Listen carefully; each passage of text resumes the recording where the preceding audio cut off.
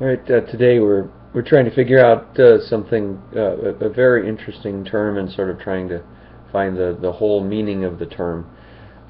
Something that I've been reading a book by Paul Kurtz, which stresses this term Eupraxosophy. Eupraxosophy is a term that's really gotten a hold of me, and I need to find more about what it's all about. Paul Kurtz coined the term Eupraxosophy to refer to philosophies or life stances such as secular humanism and Confucianism that do not rely on belief in the transcendent or the supernatural. A Eupraxosophy is a non-religious life stance or worldview emphasizing the importance of living an ethical and exuberant life. Ethical and exuberant together. That's kind of an exciting thing, I think.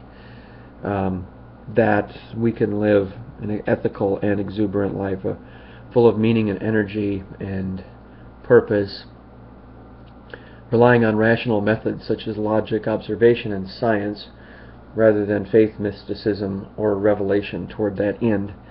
The word is based on the Greek words for good practice, wisdom. Eupraxosophies, like religions, are cosmic in their outlook, but eschew the supernatural component of religion, avoiding the transcendental temptation. So they're cosmic in their outlook, but not mystical, which is that's the most interesting point, I think, as Kurtz puts it. Although critical of supernatural religion, he has attempted to develop affirmative ethical values of naturalistic humanism. That, like like Sam Harris says, that there is still room for this thing we call spirituality within the realm of human thought. There are things that we can't explain that we experience. However, it perhaps is not wise to assume that it's a Christian God or it's a Muslim God, or that just gets us into trouble. What we should do is not assume anything and just live the wonder of life, I think. But this term Eupraxosophy is a very interesting. Looking for definitions, general definitions of Eupraxosophy, it's really hard to find any general definitions for Eupraxosophy besides looking at Kurtz. A couple of allusions to this and references to this on the web. Examples of its usage. Quote, "We reply that secular humanism is not a religion. It is a philosophical, scientific, and ethical Eupraxosophy." Another way to use it: "As I move on from my former role as founder and chairman at the Center of Inquiry, I stand on the sidelines hoping that my creation is able to mature in wisdom and develop a new Eupraxosophy of quality." But basically this term was coined by the late Paul Kurtz. He passed away a couple months ago.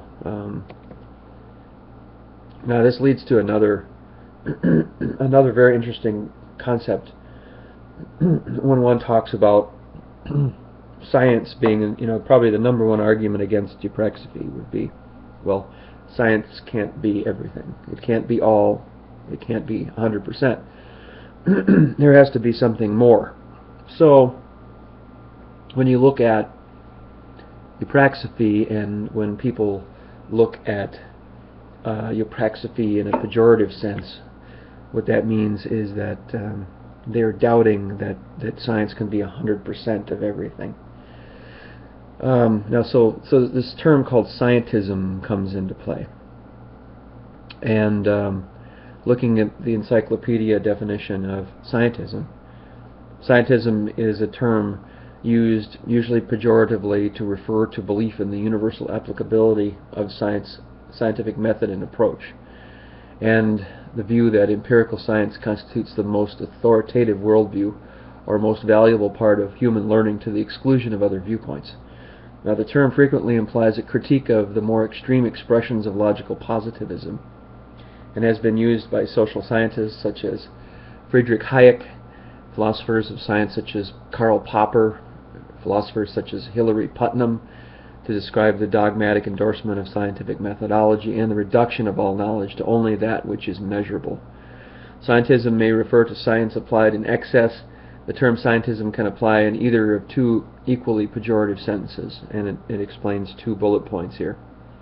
To indicate the improper usage of science or scientific claims, this usage applies equally in contexts where science might not apply, such as when the topic is perceived to be beyond the scope of scientific inquiry, and in contexts where there is insufficient empirical evidence to justify a scientific conclusion. It includes an excessive deference to claims made by scientists or an uncritical eagerness to accept any result described as scientific. In this case, the term is a counter-argument to appeals to scientific authority. Also, to refer to the belief that the methods of natural science or categories and things recognized in natural science form the only proper elements in any philosophical or other inquiry, or that science and only science describes the world as it is itself, independent of perspective, with the elimination of the psychological dimensions of experience. The term is also used to highlight the possible dangers of lapses toward excessive reductionism in all fields of human knowledge. This term reductionism is interesting too. We'll get to that in just a second. Reviewing the references to scientism in the works of contemporary scholars, Greg Peterson detects the 2 main broad themes.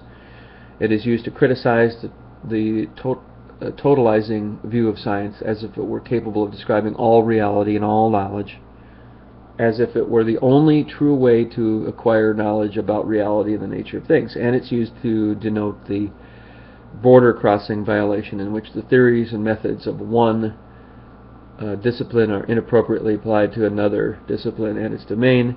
An example of this second usage is to label as scientism any attempt to claim science as the only or primary source of human value, or as the source of meaning and purpose. So there's this anti-science theme running through scientism. So a lot to be learned if you look it up on Google. The term is often used by speakers such as John Haught against vocal critics of religions as such. Philosopher Daniel Dennett responded to criticism of his book Breaking the Spell, Religions and Natural Phenomenon by saying that when someone puts forward a scientific theory that critics don't really like, they just try to discredit it as scientism. Oh, that's just that scientism. You know, much as this show, The Big Bang Theory, would just dismiss, oh, those are just nerds. So they just put them in this little category so you can just take care of them. When scientism is actually a very important debate item in this whole argument of science versus religion. Scientism is a crucial point, I think, that we need to look at this discrimination that's been going on through the ages against scientific inquiry, and that scientific inquiry cannot include, the religious point of view might say that scientific inquiry cannot include ethics and exuberance. Religion wants to hijack the exuberance and the ethics. They want to hijack ethics. So it goes back to my earlier video, how can you be, to be good you have to be religious, and that's the farthest away from the truth that you can. You can be good without being religious. That's the one point you take away. Michael Shermer, founder of the Skeptic Society, draws a parallel between scientism and traditional religious movements, pointing to the cult of personality that develops around some scientists in the public eye. He defines scientism as a worldview that encompasses natural explanations, eschews supernatural and paranormal speculations, embraces empiricism and reason. The Iranian scholar Syed Hussan Nasir has stated that in the West many will accept the ideology of modern science not as simple ordinary science but as a replacement for religion. So this man Nasir is as saying that he's really saying that science is very dangerous, almost to the point of you know, eschewing the West, saying that the West is not where they want to go. They want to go the religion direction and not the science and logical direction. Much as Deepak Chopra would say that there's much more, and when he debates like Sam Harris, he'll say there's just much more, and that's where the argument ends. There's just much more, and that you guys can't define, and so there I won. Much way, maybe the same way Nasir would do that. Susan Hack argues the charge of scientism caricatures actual scientific endeavor. No single form of inference or procedure of inquiry used by scientists explains the success of science.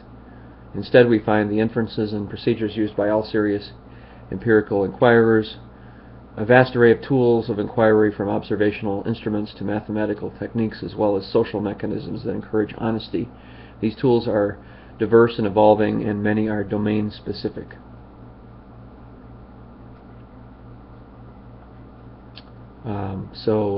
Yeah, interesting. Now, in his essay Against Method, Paul Feyerabend characterizes science as an essentially anarchic enterprise, argues emphatically that science merits no exclusive monopoly over dealing in knowledge. Scientists have never operated within a distinct and narrowly self-defined tradition.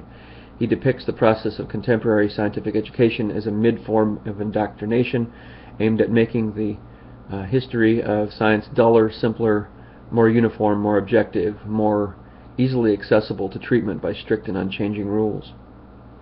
Science, he says, can stand on its own feet and does not need any form of help from rationalists, secular humanists, Marxists, and similar religious movements. Non-scientific cultures, procedures, and assumptions can also stand on their own feet and should be allowed to do so by themselves. Scientists must be protected from ideologies. Societies, especially democratic societies, must be protected from science. In a democratic scientific institution, research programs, suggestions must therefore be subjected to public control. There must be a separation of state and science, just as there is a separation between state and religion. And science should be taught as one view among many, and not as one and the only road to truth and reality. So, of course, science should not be, by science would say by itself that science is not the only truth, because science would refute science if it had better evidence. So that's the catch-22. However, science is the only rational way that we have to, if you will, upload knowledge, to have knowledge. So it's a catch-22.